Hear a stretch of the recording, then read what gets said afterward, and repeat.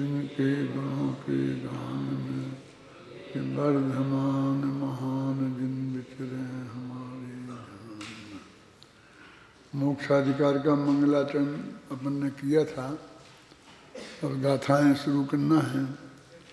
पढ़ो गाथाएं। जय नाम को भी पुरुषो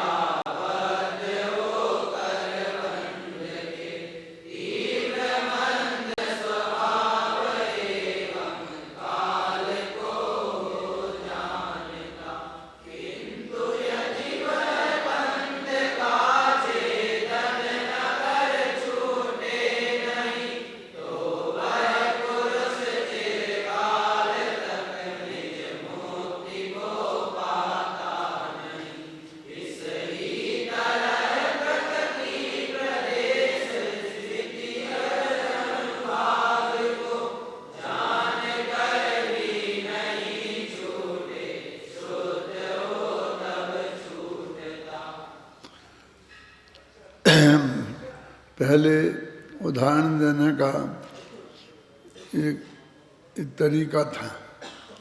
जैसे किसी नाम का कोई पुरुष, वो कहानी जो सुनाते थे ना, तो एक राजा था, वो नाम वाम कुछ नहीं, बस एक राजा था हैं? उसके एक रानी थी, एक पुत्र और पुत्री थी बस।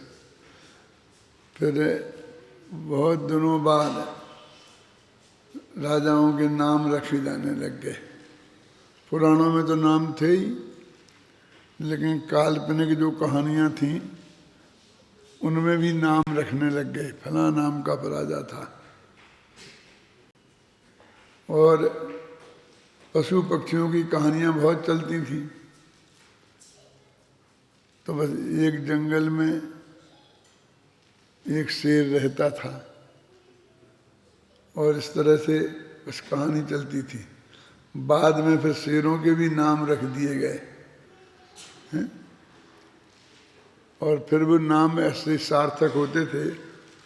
क्रूर दृष्टि नामक शेर रहता था। ऐसे ही उसने एक फलाना हिरण रहता था तो उसका नाम भी रख दिया। ऐसा चलता था। तो न जहनाम को भी पुरुषो, जैसे किसी नाम का कोई पुरुष। बंधन अम्मी चिरकाल पड़े बद्धो, बहुत समय से बंधन में पड़ा हो।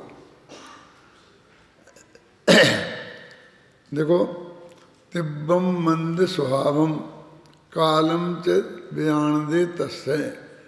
वो उसके तीव्र मंद स्वभाव को और ये कितने काल तक रहेगा ऐसा जानता हो। माने देखो कितने काल तक रहेगा, इसमें स्थिति बंद है, और तीव्र और मंद स्वभाव में अनुभाग बंद है। और प्रकृति और प्रदेश बंद तो कर्मों में ही आ गया ना।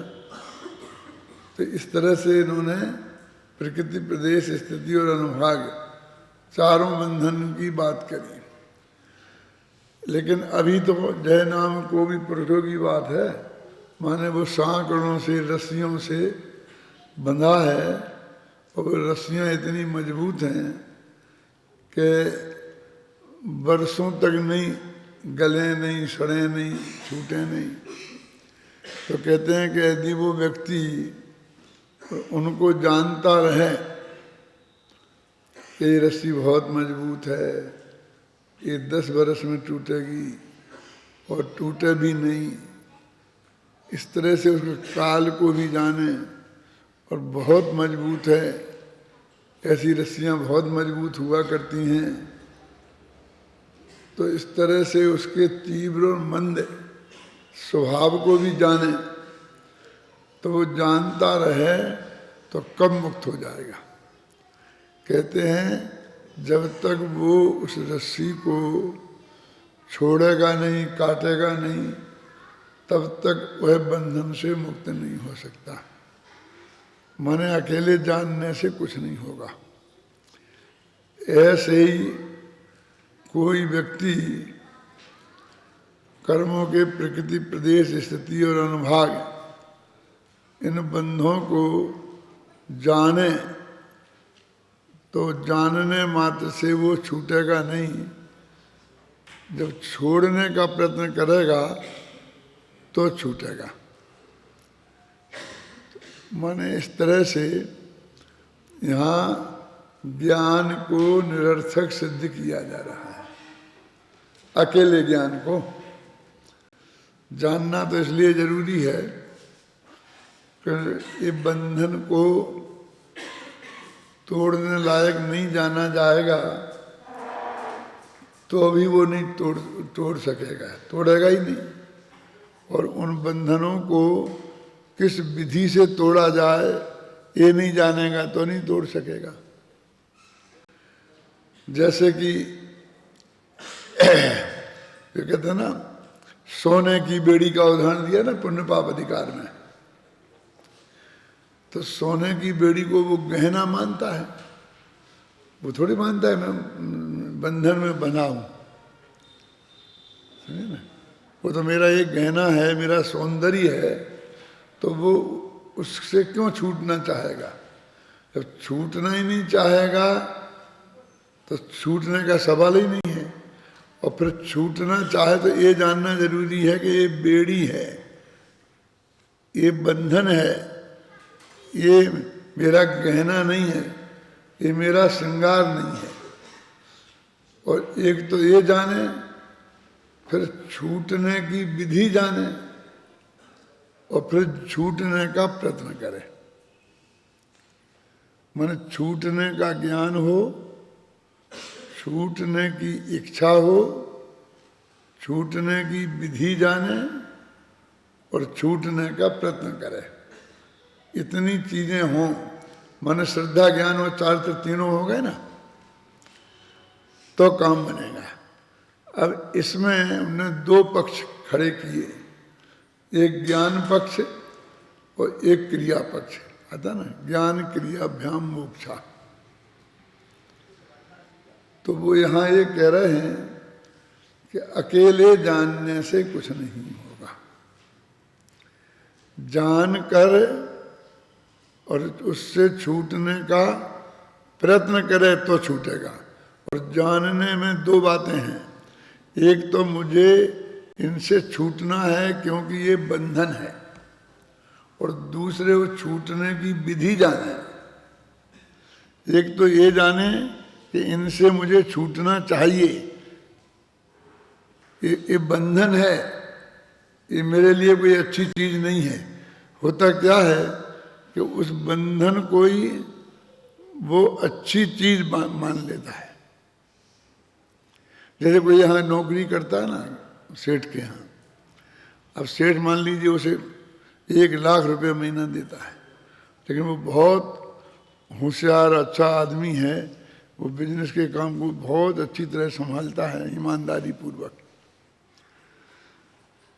अब वो चाहता है कि भाई मैं ही सारा काम करता हूँ और मैं खुद बिजनेस कर सकता हूँ। रही पूंजी का सवाल बैंक से मिल जाती है, बैंक से मंजूर कराने का काम भी पूरा मैं ही करता हूँ, वो सारी विधि और प्रक्रिया भी मैं अच्छी तरह जानता हूँ, और बैंक वालों से परिचय भी मेरा है, सेठ जी तो उन्हें जानते भी नहीं हैं।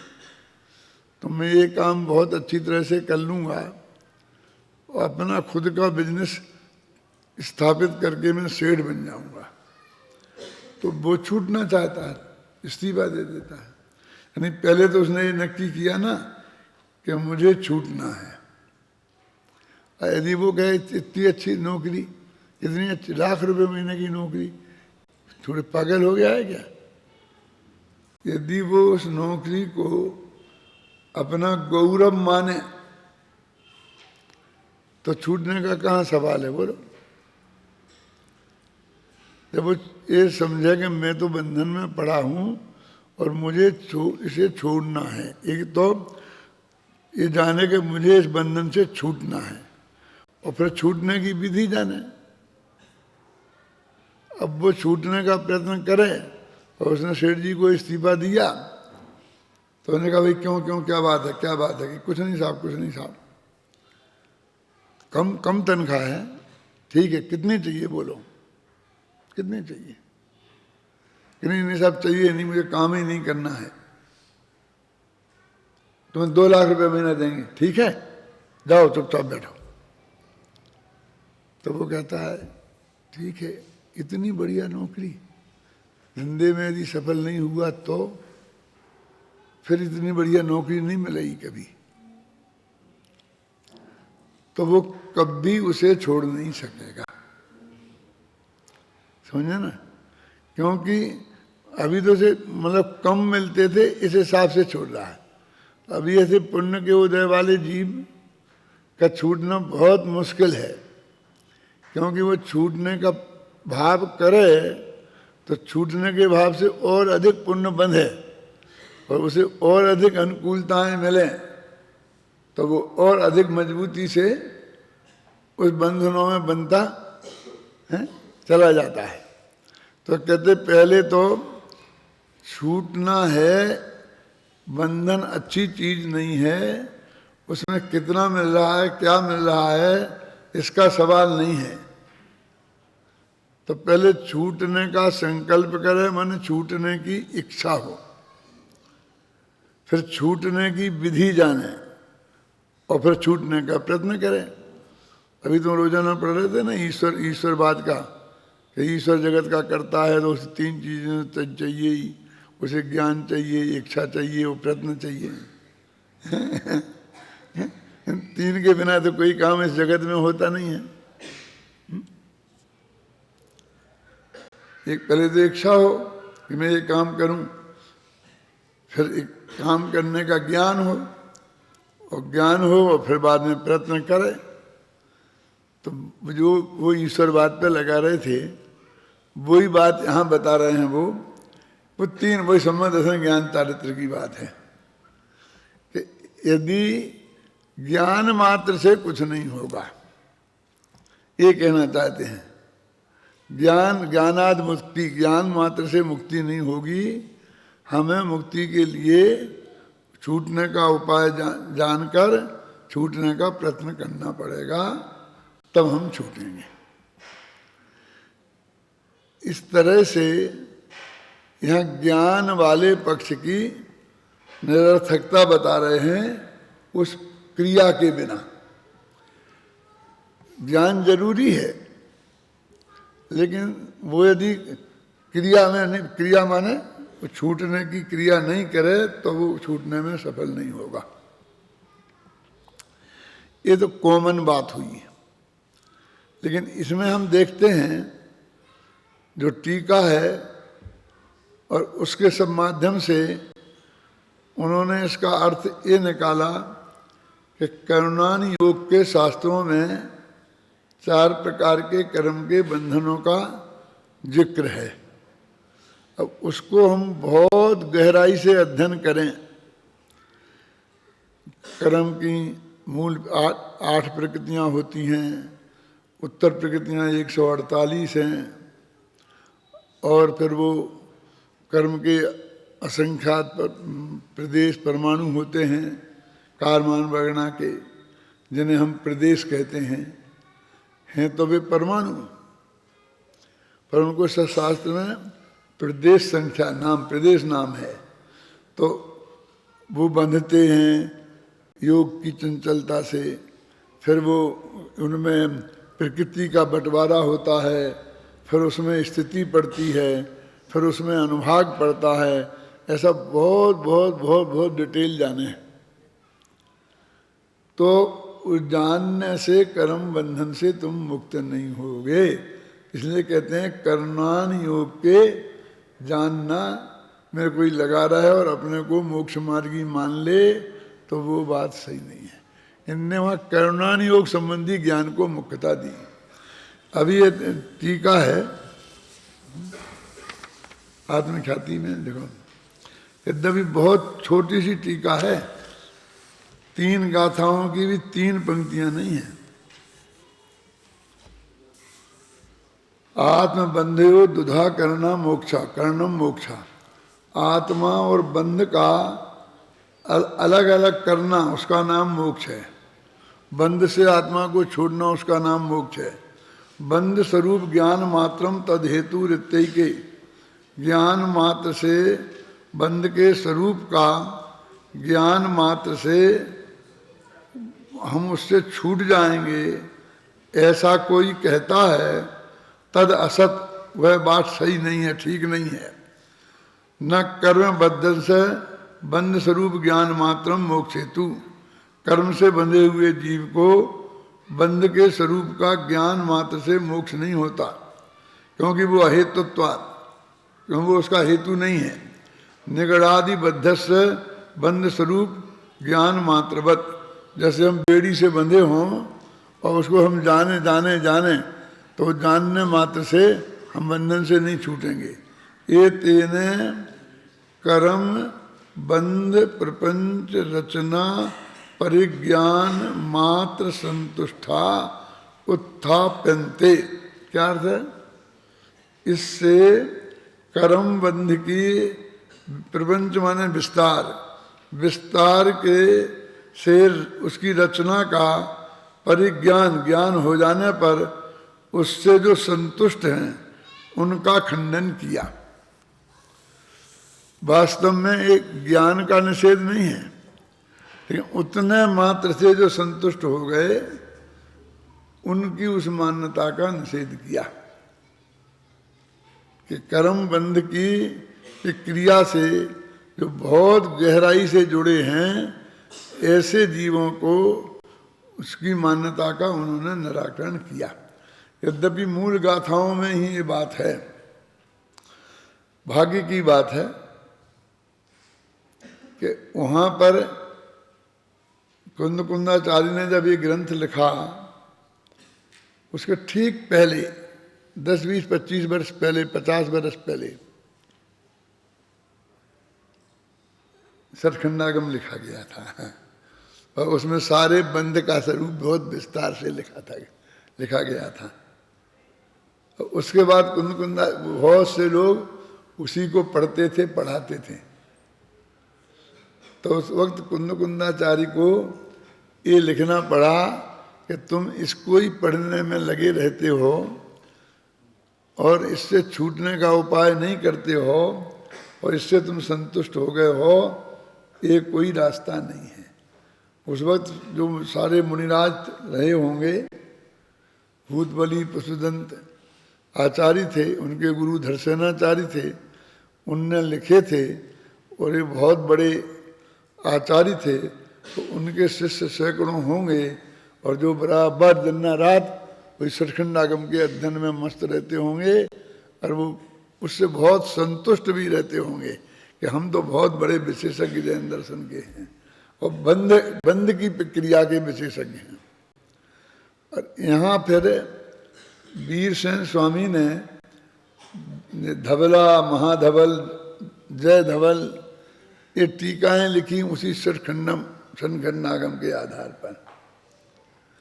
और उसके तत्काल बाद हमें चंद्राचार्य हुए। वीरसेन स्वामी का भी प्रभाव बहुत ज्यादा था। उस वक्त भी करुणान योग का ही बोलबाला रहा होगा बहुत ज्यादा। तो उस वक्त अमृतचंद को उसकी टीका लिखने में तो उनको भी ये कहने का मौका मिला कुंद की उन गाथाओं के आधार पर।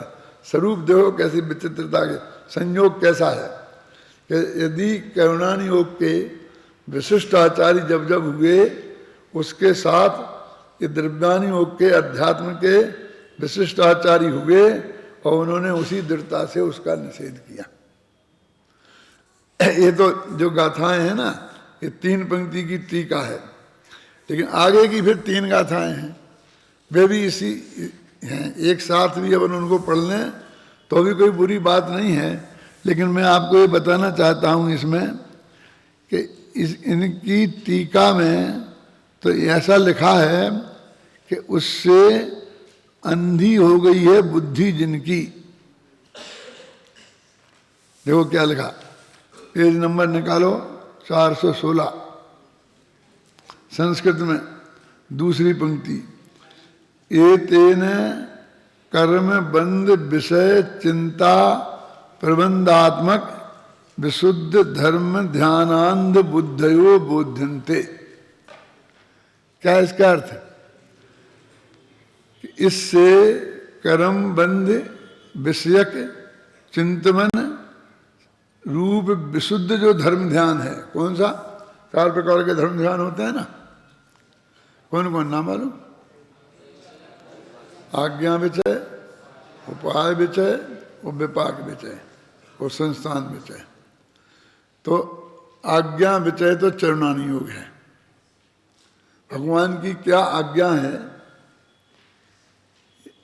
जैसे आलू में अनंत जीव हैं तो नहीं खाना चाहिए, यानी जो चीज़ें हम अपनी आँख से नहीं देख सकते और सर्वज्ञ भगवान के ज्ञान में आई हैं कि यहाँ अनंत जीवों का घात होता है, तो उनकी आज्ञा से उनने हमें उनका खाने का निषेध किया। तो उसको जानकर और उसको जीवन में हम अपनाएं तो एक तरह से उसके बारे में चिंतन करें, तो वो आज्ञा विचय नाम का धर्म ध्यान हो गया, है ना। अब उपाय विचय तत्व सूत्र है, वो तो रत्नगण सबका 4 हो गया,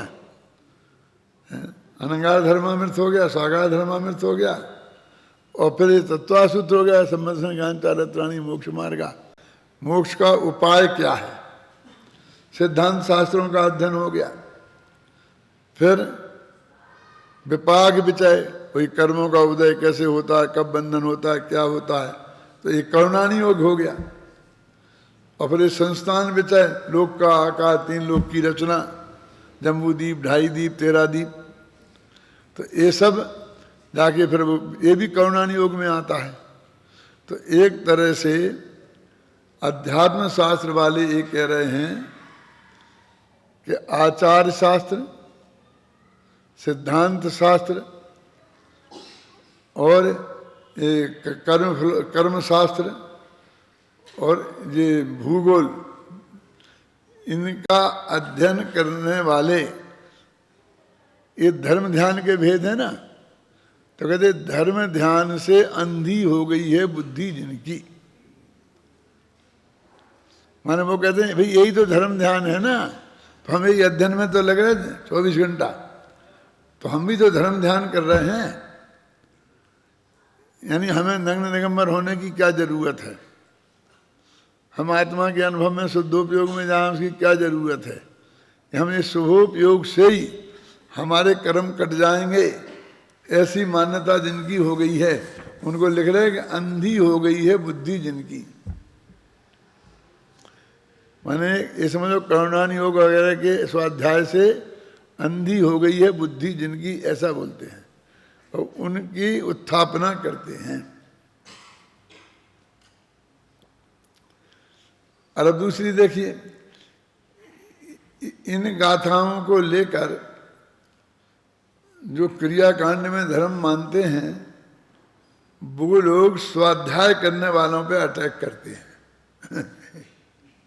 क्या भाई, इनको तो क्या है, कर्म फिलोसफी में अटक रहे हैं, अभी आत्मा समय सार पढ़ने में लगे हैं, फिर कोमर सार पढ़ने में लग रहे हैं और अपने को बहुत बड़ा धर्मात्मा मानते हैं। एक तरह से समझ लो कि वो सीधा आक्रमण अपन लोगों का ही है।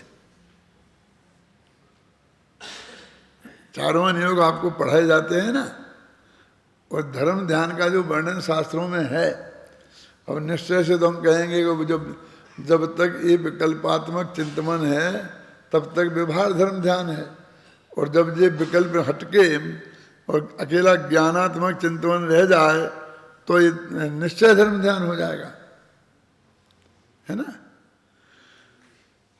तो वो कहते अब इसमें लग रहे हैं, तो उनको कहते हैं कि जे अंधे हैं। और उदाहरण दिया कि बंधन की प्रक्रिया को जानने से कोई भी जीव बंधन से मुक्त नहीं होता, ख्याल में है ना। ऐसे ही कर्म बंध की प्रक्रिया के विशेषज्ञ होने से कोई जीव उन कर्मों के बंधन से छूटेगा नहीं। बस अब ये तो हो जाएगा एकांत, और इसमें इतना लगा दो कि बस अकेले इसी में लगा रहे और संतुष्ट हो जाए, तो बस शादवाद हो जाएगा। मतलब इसको जानना नहीं पड़ेगा, ये तो कह ही नहीं रहे, जानना तो पड़ेगा ही, लेकिन उसको छूटना पड़ेगा। और वो ये कहना चाहते हैं कि तुझे शुद्धोपयोग में जाना पड़ेगा। ये सब शुभोपयोग रूप धर्म ध्यान है, और तुझे इससे हटकर शुद्धोपयोग में जाना पड़ेगा, तब एक कर्म बंधन से तू छूटेगा। वो तो ये कहना चाहते हैं, तो बिल्कुल सही बात है। लेकिन जो क्रियाकांड में उलझे हैं और अपने को बहुत धर्मात्मा मानते हैं, वे लोग इन स्वाध्याय करने वाले और इन विशेषज्ञों में जो लगे हैं अपने द्वादशांग वाणी के उसमें, उनको एक उनके विरुद्ध इनका उपयोग करते हैं। कि कुंद कुंद ने अमृत ने क्लियर शब्दों में लिखा कि अकेले एक तुम्हारे कर्म बंधन को जानते रहने से किसी को मुक्ति की प्राप्ति नहीं होगी। और तो फिर वो क्या कहते हैं, तुमको एक करना पड़ेगा जो हम करें। ये बहुत प्रैक्टिकल है। जितना भी हमारा मुनिराजों से संपर्क आता है, तो सब एक बात तो जरूर कहते हैं कि नहीं आप बहुत अच्छे विद्वान हैं, बहुत अच्छा काम कर रहे हैं, बढ़िया है, और ऐसा है ऐसा है ऐसा है, आपका स्वाध्याय बढ़िया है, हम सब उसकी इज्जत करते हैं। लेकिन एक दिन तो आपको हमारे पास आना पड़ेगा, और आपको क्या समझे ना, हमारे रास्ते पे आना पड़ेगा। माने तुम दूसरे गलत रास्ते पर हो और हम सही रास्ते पर हैं, और तुम्हें हमारे पास आना पड़ेगा, हमसे दीक्षा लेनी पड़ेगी। तो उनसे एक कहते हैं, अब क्या कहे, अपन तो सद्भावना पूर्वक गए हैं और सद्भावना पूर्वक ही वापस आना चाहते हैं, इसलिए उनसे कुछ ज़्यादा कहने का तो प्रसंग बनता नहीं है। फिर भी ये कहते हैं कि भाई ये जो आप बात कह रहे हो, इससे हम कहाँ असहमत हैं। क्यों, हम ऐसा थोड़ी मानते हैं कि हम ऐसे पढ़ते पढ़ते पढ़ते एकदम केवल ज्ञानी हो जाएंगे। हैं, पढ़ते पढ़ते केवल ज्ञानी, केवली तो होते ही नहीं है, श्रुत केवली भी नहीं होने वाले हैं। मोक्ष में चले जाएंगे ऐसा हम कब मानते हैं, हम भी वो ही मानते हैं। लेकिन उनकी समझ में ये बात नहीं आती है कि सचमुच हम मानते हैं। वो समझते हैं बस हम तो कह रहे हैं। ये मानते हो तो आते क्यों नहीं हो जाओ बस नहीं देंगे। मैं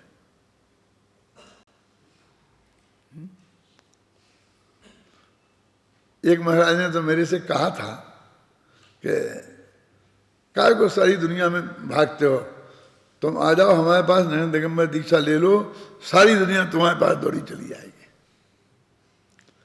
अब सवाल हम दुनिया के पास जाएं कि दुनिया हमारे पास आए, सवाल इसका है क्या? ना तो दुनिया के पास जाने का कोई प्रयोजन है, ना दुनिया हमारे पास आए इसका कोई प्रयोजन है। अकेले में नहीं, भरी सभा में कहा था, कम से कम 1000 आदमी से ज़्यादा लोग होंगे उनकी उपस्थिति में, ऐसा कहा था। अरे भाई हमें तो इन सबसे छूट के मुक्ति में जाना है, मुक्त होना है। तो ये वास्तव में ये किसी के विरुद्ध नहीं है, ये तो वस्तु स्वरूप है कि वो ये बताना चाहते हैं कि मुक्ति के मोक्ष के स्वरूप को, आत्मा के स्वरूप के, बंध के स्वरूप को, बंध से भिन्न भगवान आत्मा है, ये जानना है और जानकर इससे विरक्त होकर और इससे होने की विधि को अपनाना है, और वो है शुद्धोपयोग। वे तो ये स्वाध्याय रूप धर्म ध्यान का निषेध करके और ध्यान रूप जो है ना, समझ लो कि निश्चय धर्म ध्यान की तरफ ले जाने की बात कर रहे हैं। शुक्ल ध्यान कह सकते हैं। माने अपने 12 तपों में एक स्वाध्याय तप है ना, 10वां, और 12वां तप है ध्यान। तो ये तो गारंटी से है ना कि स्वाध्याय नाम के तप से ध्यान नाम का तप उत्कृष्ट है, इसमें कोई शंका है? तो एक तो वे मुनिराज लोग ये बात कहते हैं कि ये गाथाएं लेकर हमारे आपके विरुद्ध वो इन गाथाओं का उपयोग करते हैं।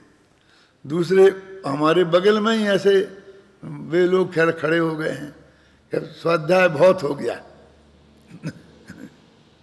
क्या जैसे द्वादशांग के पाठी हो गए हों। बहुत सुन लिए शास्त्र, अब तो आओ तुम ध्यान करो। और ऐसा कहकर वे इस स्वाध्याय की प्रवृत्ति को बंद करके और बैठ करके और बस बस आंखें बंद करके बैठने लग गए और अपने को ध्यान वाला मानने लग गए। ख्याल में है ना? और फिर रजनीश को पढ़ने लग गए, और उसके आगे बड़े हैं तो पातंजलि को पढ़ने लग गए। वो उसको पढ़ना नहीं मानते, वो तो ध्यान ही का अंग है, पतंजलि योग, समझे ना? रजनीश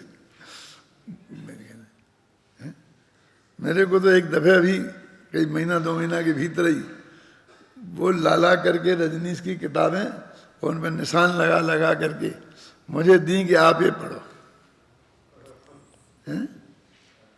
यहीं जयपुर में किसी ने।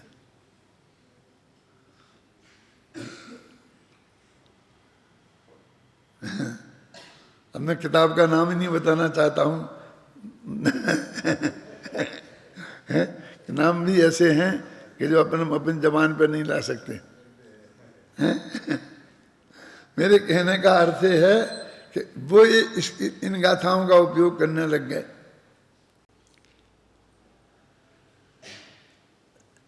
कर्णान योग के विरोधी, क्योंकि यहां कर्म बंधन की प्रक्रिया की चर्चा है ना, इसलिए वे कर्णान योग के विरुद्ध इन गाथाओं का उपयोग करने लग गए। ये तो मैंने बोला ना, उनने कहा ना कि वो धर्म ध्यान से अंधी है बुद्धि, तो उदाहरण के लिए उन्होंने कर्णान योग कह दिया कर्म बंधन की, क्योंकि पिछला अध्याय बंधाधिकार था ना, इसलिए उन्होंने बंधन की बात कर दी कि बंधन के ज्ञान मात्र से बंधन से नहीं छूटोगे, है ना? बंधन के ज्ञान तो वो, लेकिन मैंने बोला ना कि वो धर्म ध्यान से अंधी बुद्धि कही ना, तो धर्म ध्यान तो अब वो भी है ना। वो पहला कौन सा बताया था? आज्ञा विचय, फिर उपाय विचय, वो भी धर्म ध्यान है। वे तो शुभोपयोग के विरुद्ध शुद्धोपयोग की बात करना चाहते हैं ना। ये बाहर के ज्ञान से रहित पूरे नग्न दिगंबर दशा हो जाना और किसी क्रिया विशेष को अपनाने की बात करते हैं। वे तो विशुद्ध बात करते हैं। देखो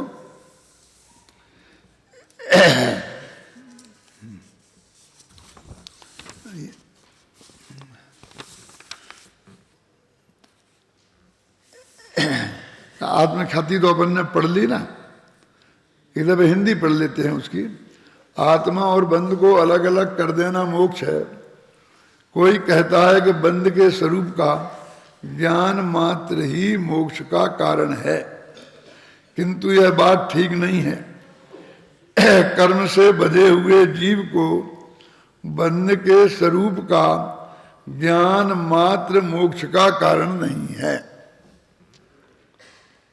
क्योंकि जिस प्रकार बेड़ी आदि से बंधे हुए जीव को बंध के स्वरूप का ज्ञान मात्र बंधन से मुक्त होने का कारण नहीं है, उसी प्रकार कर्म से बंधे हुए जीव को कर्म बंध के स्वरूप का ज्ञान मात्र कर्म बंधन से मुक्त होने का कारण नहीं है।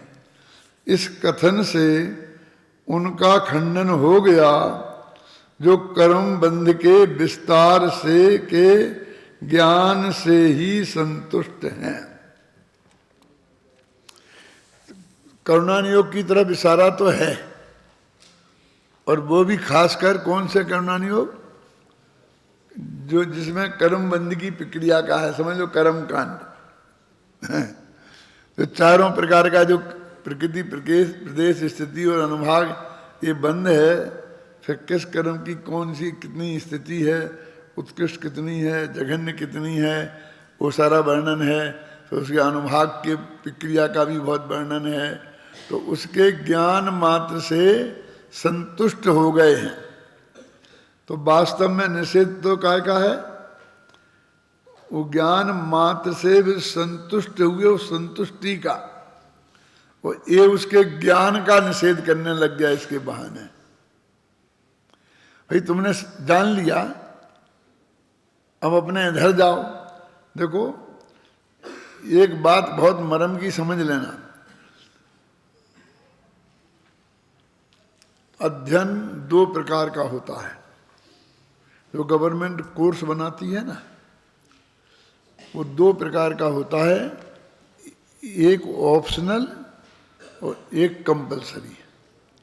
माने जो किताबें रखती है ना आपके, कि ये तो आपको पढ़ना अनिवार्य है, ये त्रिभाषा फार्मूला है, तो आपको 3 भाषाएं पढ़ना बहुत जरूरी है। एक तो अपने प्रांत की भाषा, प्रांतीय भाषा, एक देश की भाषा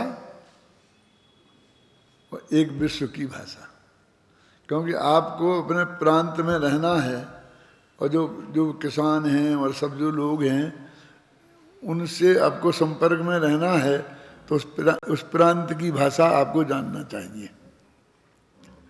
अब आपको देश में रहना है तो बाकी प्रांतों से आप बिल्कुल कट जाओगे। हमारी राष्ट्रभाषा हिंदी है, आता है ना, तो एक हिंदी आपको जानना जरूरी है। फिर ये कहेंगे तो मेरी यहाँ से बाहर जाओगे तो हिंदी से भी काम नहीं चलेगा। भले ही अंग्रेजी बहुत कम लोगों की भाषा हो, लेकिन विश्व में कहीं भी चले जाओगे तो उससे काम कम से कम ये तो हो जाएगा ना, कि रेलवे का टिकट मंगाओगे, प्लेन का टिकट मंगाओगे, कहीं जाओगे तो बात कर लोगे। तो उन्होंने त्रिभाषा फार्मूला बना दिया और उसे कंपलसरी कर दिया।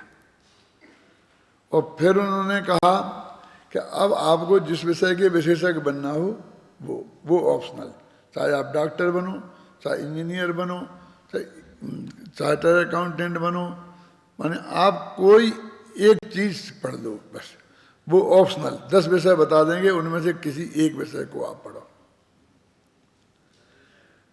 यानी विशेषज्ञता एक विषय में और सामान्य ज्ञान सबका। 10वीं क्लास तक जो कोर्स बनाया जाता है उसमें मुख्यतः कंपलसरी सब्जेक्ट की रहती है। यदि आपने कहीं नौकरी नहीं करी, दुकानदारी नहीं करी, धंधा नहीं किया, बाप दादों का इतना पैसा आपके पास है और ज़्यादा कुछ करने का आपके मन में तमन्ना नहीं है, और उसे बैठ के आराम से खा सकते हो, इतना ब्याज और क्या किराया आए कि आप पूरा खर्च भी नहीं कर सको, ऐसे लाखों लोग अभी हिंदुस्तान में हैं, है ना। लेकिन उन्हें भी हिंदुस्तान में जिंदा तो रहना है ना। यहाँ के वहाँ जाना, शिखर जी की यात्रा पे तो जाना पड़ेगा ना। तो उनको थोड़ा सा भूगोल का ज्ञान कि हिंदुस्तान में शिखर जी पूरब की तरफ है, सोनगढ़ पश्चिम की तरफ है, गोमटेश्वर बाहुबली दक्षिण में है, तो ऐसा मोटा मोटा ज्ञान तो होना चाहिए ना भूगोल का।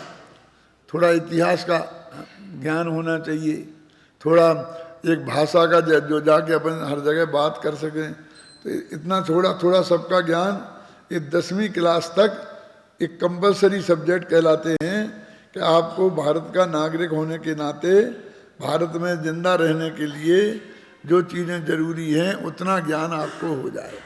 तो इसको आपको मालूम क्या बोलते हैं? आप साक्षर हैं। इतना ज्ञान नहीं हुआ, आप मैट्रिक पास नहीं हैं, तो आपको साक्षर नहीं माना जाता। और अब आप डॉक्टर हैं, इंजीनियर हैं, तो आप शिक्षित हैं। दो भेद हो गए, कौन कौन से? साक्षर और शिक्षित। तो शिक्षित होने के लिए सब विषयों का ज्ञान जरूरी नहीं है। विशेषज्ञता आप एक विषय में प्राप्त कर लो और आपकी जिंदगी बहुत आसानी से कट जाएगी, अच्छी तनख्वाह मिल जाएगी, अच्छे पैसे मिल जाएंगे, समझ गए ना आप? बस। तो अब देश को दोनों जरूरी है। देश को डॉक्टर भी चाहिए, इंजीनियर भी चाहिए, और यहाँ तक कि लेटरिन साफ करने वाली भी चाहिए, नाई भी चाहिए, धोबी भी चाहिए। तो आप किसी भी एक विशेषज्ञ बन जाओ, बाल बनाने के विशेषज्ञ बन जाओ, और सुबह से शाम तक बाल ही बाल बनाते रहो। धोबी बन जाओ, सबके कपड़े धोते रहो। देश को तो चाहिए ना। लेकिन तुम इन सब विषयों के विशेषज्ञ बनो, ये देश नहीं चाहता। फिर तो तुम पढ़ते ही पढ़ते रहे ना, काम कब करोगे? इस तरह के चुनाव के हिसाब से देश में कोर्स बनाए जाते हैं, समझ गए ना? अब अपन जैन धर्म में सोचो। अब जैन धर्म में 4 अनुयोग हैं, तो इसमें कुछ तो कंपलसरी सब्जेक्ट है और कुछ ऑप्शनल है। अब आपको आत्मकल्याण करना है तो सामान्य श्रावकाचार्य को आपको पढ़ना पड़ेगा। कैसे बैठना, आपको आचरण संबंधी थोड़ा ज्ञान होना चाहिए अपने जीवन में, तो उसका अध्ययन आपको करना पड़ेगा ना। फिर ये कहेंगे थोड़ी सी कर्म फिलॉसफी जाननी पड़ेगी, और ये सब चीजें थोड़ी थोड़ी जानकर जिंदगी में थोड़ा इतिहास भूगोल जान लो। जम्बूद्वीप कहाँ है, ये है, धात की खंड कहाँ है, क्योंकि अभी कहानियां पढ़ोगे तो उसमें ये सब नाम आएंगे, तो आपको समझ में नहीं आएगा, समझे ना? थोड़ा भूगोल का ज्ञान हो जाए, थोड़ा हमारे 24 तीर्थंकरों की कहानियां आ जाएं, तो ये हमारे इतिहास का ज्ञान हो गया। तो ये तो हो गया सब कंपलसरी सब्जेक्ट, हो गया ना। और अब आपको कर्णन योग का विशेषज्ञ बनना है कि आपको चरणों एक एक का बहुत बहुत बहुत बारीक ज्ञान डिटेल जानना है, तो फिर आप किसी एक को चुन सकते हैं, फिर सबके नहीं बन सकते, समझे ना। और अब रह गई तो एक सब चीजें एक दफे पढ़ने की हैं, ध्यान से सुनना। और ये जो अध्यात्म है समय सार है, ये 24 घंटा और 12 महीना पढ़ने का है। रोटी दाल रोजीना चाहिए, क्यों? और लड्डू मिठाई ये संडे टू संडे चलेगा, 15 दिन में एक दिन चलेगा, समझ गए ना? क्या? लेकिन रोटी दाल तो रोजीना चाहिए ना। तो यदि तुमको सच्चे मोक्ष मार्गी बनना है, आत्मा का कल्याण करना है, तो आत्मा का निरूपक शास्त्र, समझे ना, उसको आपको रोजीना 108 दफे, तो सामायिक में कहेंगे नमो का मंत्र 108 दफे पढ़ो, मैं शुद्ध हूँ, बिंदु हूँ, निरंजन हूँ। फिर कहेंगे 12 भावना रोजीना पढ़ो, बोलते कि नहीं बोलते अपने यहाँ? ये चीज़ें जो 12 रोजीना पढ़ने की हैं वो आत्म कल्याण से सीधी हैं, और वो एक बाकी की चीज़ें वो सामान्य जानकारी की बात है, आप उससे बिल्कुल अछूते न रह जाएं। जैसे कि आप यहाँ 5 साल पढ़ रहे हैं, तो ये तो कोर्स हमने बना दिया इसी हिसाब से सोच सोच करके, और तुमको तुमने सारा ज्ञान चारों तरफ का थोड़ा थोड़ा कर लिया। अब तुम यदि समझ लो कि इसके तुमको टीचर बनना है ना, तो कहते भाई तुम न्याय शास्त्र के बन जाओ, तुम व्याकरण शास्त्र के बन जाओ, तुम इतिहास के बन जाओ, तुम करुणान योग के विशेषज्ञ बन जाओ। देते ना, ये गोमर सार पढ़ाएंगे हमेशा, ये समय सार पढ़ाएंगे, करते थे ना, ये पढ़ाएंगे। तो एक प्रोफेसर नक्की होता है ना, अब वो अपने विषय का विशेषज्ञ होता है। जब दूसरा विषय आता है तो वो खुद ही कह देता है ना, ये बात अपन अन्ना जी से पूछ लेंगे। बोल देते कि नहीं बोल देते हैं? माने मैं विशेषज्ञ नहीं हूँ, अपने यहाँ जो इसका विशेषज्ञ हैं उनसे अपन बात करेंगे, होता ना। तो वो उसकी चीज है। लेकिन ये अध्यात्म आत्मा ये तो सबका है ना, मोक्ष तो सबको जाना है ना, ये अनिवार्य सब्जेक्ट है एक तरीके से। अब ऐसा हो गया कि कुछ लोग चरणान योग को अनिवार्य सब्जेक्ट मान बैठे। वो आता है वाणी जी के आत्मकथा में एक वाक्य आता है कि उनकी एक माता जी थी चरोजा बाई। वो उनकी असली माता नहीं थी, धर्म माता थी। जब वो धर्म के क्षेत्र में आए तो उन्हें बहुत सहयोग किया, उन्हें बेटा बनाया, उन्हें माँ बनाया। वे बहुत धर्मात्मा थी, स्वाध्यायी थी, संपन्न थी, और इनके पास तो कुछ था नहीं। तो आर्थिक सहयोग भी किया इनके पढ़ने में बहुत। तो वो ऐसा लिखा कि उनने कोई बैठी थी और वो गेहूं साफ कर रही थी, समझ गए ना। तो उनसे क्यों अम्मा जी क्या कर रही हो? तो उन्होंने कहा मैं चरणान योग का स्वाध्याय कर रही हूँ। क्या कहा? तो उनने भी बहुत प्रशंसा की बहनी जी ने कि देखो कितनी महान थी, उनको इसमें भी चरणान योग का स्वाध्याय दिखता था। और बहुत चली, सब पंडित उदाहरण दे दे के, जब हम लोग पढ़ते थे तुम्हारे जैसी पोजीशन में थे तब पंडित लोग आते थे और वो उदाहरण ले ले करके सुनाते थे कि देखो कितना महान, कितनी महान। आज हमको हंसी आती है उसी बात पे करके कि चरणान योग गेहूं साफ करने में हो गया। इस सुबह से शाम तक खाने पीने में ही लगे रहना, शोध के हैं, और पानी छानने में ही सारा धर्म हो गया।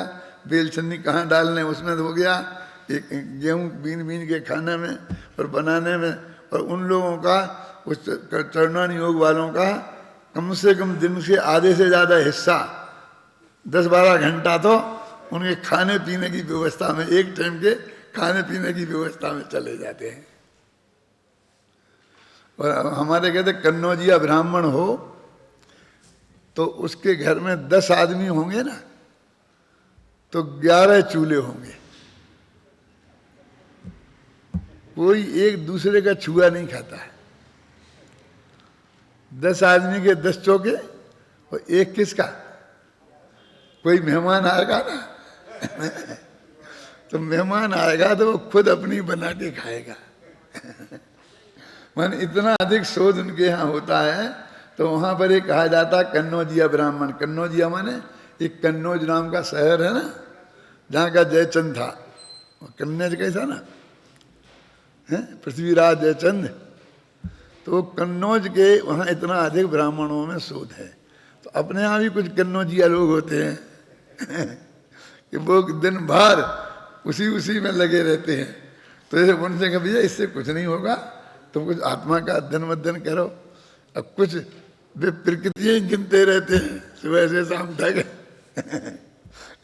इस गुणस्थान में इतनी प्रकृतियाँ, इतनी 12 महीना एक दफे पढ़ना तो ठीक है, समझिए ना, सामान्य जानकारी ले लेना। तो लेकिन 24 घंटा और दिन रात उनकी खबर यहाँ ली है इन गाथाओं में, हैं? और कोई बस एवं चेद एवं स्याद, एवं चेद एवं स्याद, हैं? और उसमें इसमें अति व्याप्ति दोष है, इसमें असंभव दोष है, और इसमें ये तो हेतु व्यभिचारी है, इसमें अनेकांतिक हित्वाभास है। वो इसमें ही सारी जिंदगी लगा देते हैं। हम जब पढ़ते थे और हमारे गुरुजी हमें पढ़ाते थे तो हमको बहुत विकल्प आता था, आपस में मजाक भी करते थे कि इनकी जिंदगी बस यत्र तत्र तत्र बनने में ही निकल गई। वो ऐसा होता है ना, भाई उसका विशेषज्ञ है, उसे हर साल उसे वही क्लास में पढ़ानी है, तो वो उसी के बारे में सोचेगा। लोग प्रश्न भी उसी के बारे में करेंगे। उसी के बारे में होता है ना। तो ये विशेषज्ञता तो एक विषय में ही होती है? तो ऐसी प्रवृत्ति कुंद और अमृतचंद के समय में भी रही होगी, तब उन्हें ये गाथाएं लिखनी पड़ी कि वो एक एक आदमी एक एक प्रवृत्ति से चेंट गया क्या, पर वो सबसे ज्यादा धर्म उसी प्रवृत्ति में मानने लगा, वो दूसरों की आलोचना करने लगा, उसके दिमाग में बैलेंस नहीं रहा। देखो है ना, उसकी बात यहां पर है। देखो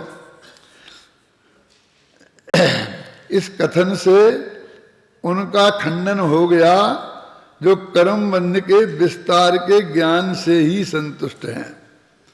कर्मणान योग के शास्त्रों में कर्म बंधन की प्रक्रिया के विस्तार से निरूपण है। उसका अध्ययन करने वाले जो लोग यह समझते हैं कि हमारे कर्म बंधन कट जाएंगे, क्योंकि हम तो सब जानते हैं कि कौन सा कर्म कब बनता है, कैसे बनता है। अब कर्म काटने के लिए वो कर्म कब बना, कैसे बना, ये जानने की जरूरत नहीं है। ये सब जानना बंद करके अकेले अपने आत्मा को जानो तो कर्म करते हैं। उन कर्म बंधन की जानने काटने की प्रक्रिया को कैसे करते हैं, वो जानने से नहीं करते। देखो साइकिल चलाना सीखना है तो कितनी सी फिलॉसफी है, सीट पर बैठ जाओ, हाथों से हैंडल पकड़ लो, पैरों से पैडल चलाओ और जहां जाना हो वहां मोड़ते जाओ, बस इतनी सी बात है। अब और ज्यादा क्या कहें, पूरा समय सार नहीं लिखा जा सकता है ना घूमर सार। साइकिल चलाने की विधि तो इतनी ही है ना। अब क्या पैरों से पैडल चलाना, हाथ से हैंडल पकड़ना, सामने सड़क देखना, क्यों इतनी सी प्रक्रिया है ना। अब वो पैडल चढ़ाए तो पैदल देखे, बिना देखे चलाए कैसे क्यों, सड़क को नहीं देखे, क्या देखे कि पैडलों को देखे कि चल रहे कि नहीं चल रहे, और हाथ से हैंडल पकड़ा है तो हैंडल को देखे तो एक्सीडेंट हो जाएगा। कि भाई पैरों से पैडल चलाओ, उन्हें देखने की जरूरत नहीं है। हाथों से हैंडल पकड़ो लेकिन उसे देखने की जरूरत नहीं है। देखो सामने की सड़क, समझ रहे ना। लेकिन शुरू शुरू में नौसिखिया होता है ना, तो वो गारंटी से पैडल पे पैर रखेगा और उसे देखेगा, हाथ को हैंडल से पकड़ेगा और उसे देखेगा। ऐसे ही कर्म बंधन काटने के लिए कर्म बंधन को देखने की जरूरत नहीं है, उसका ज्ञान होना जरूरी नहीं है, समझ गए ना। तुम आत्मा को देखो तो कर्म कटेंगे। देखो कर्म को देखने से कर्म नहीं कटेंगे, आत्मा को देखने से कर्म कटेंगे। तो वो कहते हैं कि कर्म बंधन की प्रक्रिया को जानकर उसे देखना हो गया ना, और कर्म कट जाएंगे, ऐसा मानता है। कर्म बंधन के काटने की ये विधि नहीं है। बम्बई में एक डॉक्टर है इंदिरा हिंदुजा, वो हैं कि जिनने विश्व में सबसे पहले टेस्ट ट्यूब बेबी पैदा किया था। विश्व में ट्यूब में बच्चा पैदा किया था, माँ के पेट में नहीं।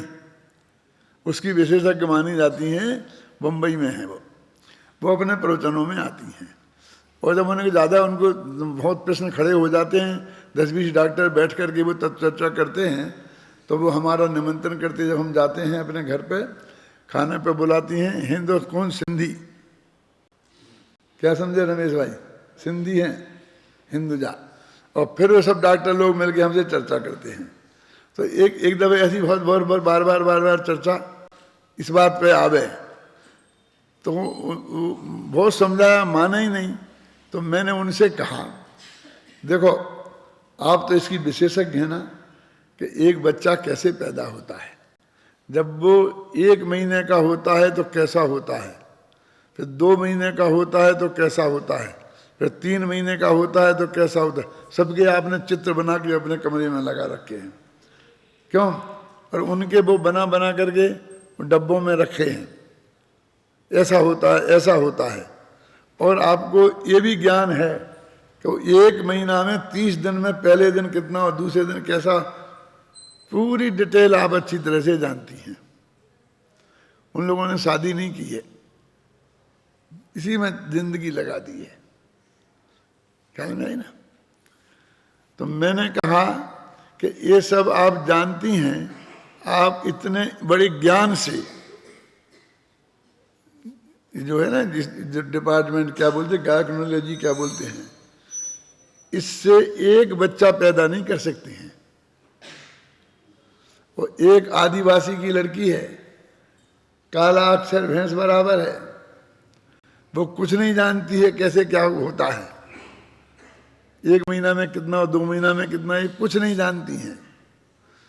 और वो गर्भवती हो जाती है और 9 महीने में एक सुंदर बच्चे को पैदा कर देती है। आपकी क्लास में आने की उसे जरूरत नहीं है, ये सब बातें जानने की उसे जरूरत नहीं है। तो ऐसे ही कर्म बंधन काटने के लिए, कर्म बंधन कैसे बंधते हैं, उनकी प्रक्रिया क्या है, ये कर्म बंधन काटने की विधि नहीं है। इनकी तरफ से उपयोग हटाकर आत्मा को जानो तो कर्म बंधन करते हैं। वो ये बताना चाहते हैं कि तुम आत्मा को जानो और उसका ध्यान करो, माने उसमें उपयोग को स्थिर करो। अब हर एक ने अपने अपना उपयोग किया, इसका दुरुपयोग किया। वो कहने लगे कि तुम साधु हो जाओ, वो कहने लग जाए कि तुम ये ध्यान में बैठ जाओ, कोई कुछ कहने लग गया। लेकिन यहाँ तो वो विशुद्ध बात से, चूंकि बंधाधिकार हो चुका है और बंधाधिकार में बंध का बहुत विस्तार से वे वर्णन कर चुके हैं, लेकिन उसमें एक शब्द भी ऐसा नहीं आया कि ये बंध 4 प्रकार का होता है, प्रकृति, प्रदेश, स्थूल, स्थिति, अनुभाग। आया होगा तो इससे क्या होता है, इस अर्थ में आया होगा। जबकि जो वे शास्त्र है ना, उनमें डिटेल इनका वर्णन है बहुत विस्तार से, कर्म फिलॉसफी का। तो वे कहते हैं कर्म बंध के ज्ञान से बंध नहीं कटते, बस। इसलिए बंध के ज्ञान से संतुष्ट होना, हो जाना वो मार्ग नहीं है। लेकिन सामान्य कर्म बंध की प्रक्रिया की जानकारी होना अच्छी बात है, लेकिन नहीं भी होगी तो तुष मासम घोषंतो, जैसे मुनिराज भी आत्मा का ध्यान करके कर्म काट के मोक्ष चले जाएंगे। अब तुष मासम घोषंतो वाले मुनि है ना, वो आदिवासी कन्या है बिना पढ़ी लिखी, जो सुंदर बच्चे को पैदा कर देती है। और समझिए ना, एक करुणा नियोग के विशेषज्ञ, वो इंदिरा हिंदुजा डॉक्टर है, जो कि एक एक डिटेल जानते रहेंगे जिंदगी भर, लेकिन एक बच्चे को पैदा जिंदगी में नहीं कर सकते हैं। तो कह सकती हैं हमने तो सैकड़ों बच्चे पैदा किए हैं, रोजाना कम से कम 10 डिलीवरी तो हम कराते ही हैं। कराते होगा, करती तो नहीं हो ना। बच्चे पैदा करना डिलीवरी कराने का नाम नहीं है। समझे ना, दूसरों के बच्चों को पैदा होने में सहयोग करना, निमित्त बनना, उसका नाम बच्चे पैदा करना नहीं है। क्यों? स्वयं के बच्चे होना, उसका नाम बच्चे पैदा करना है। और स्वयं के बच्चे पैदा करने के लिए ना माँ को ना बाप को ये तुम्हारे डॉक्टरी का ज्ञान होना बिल्कुल जरूरी नहीं है।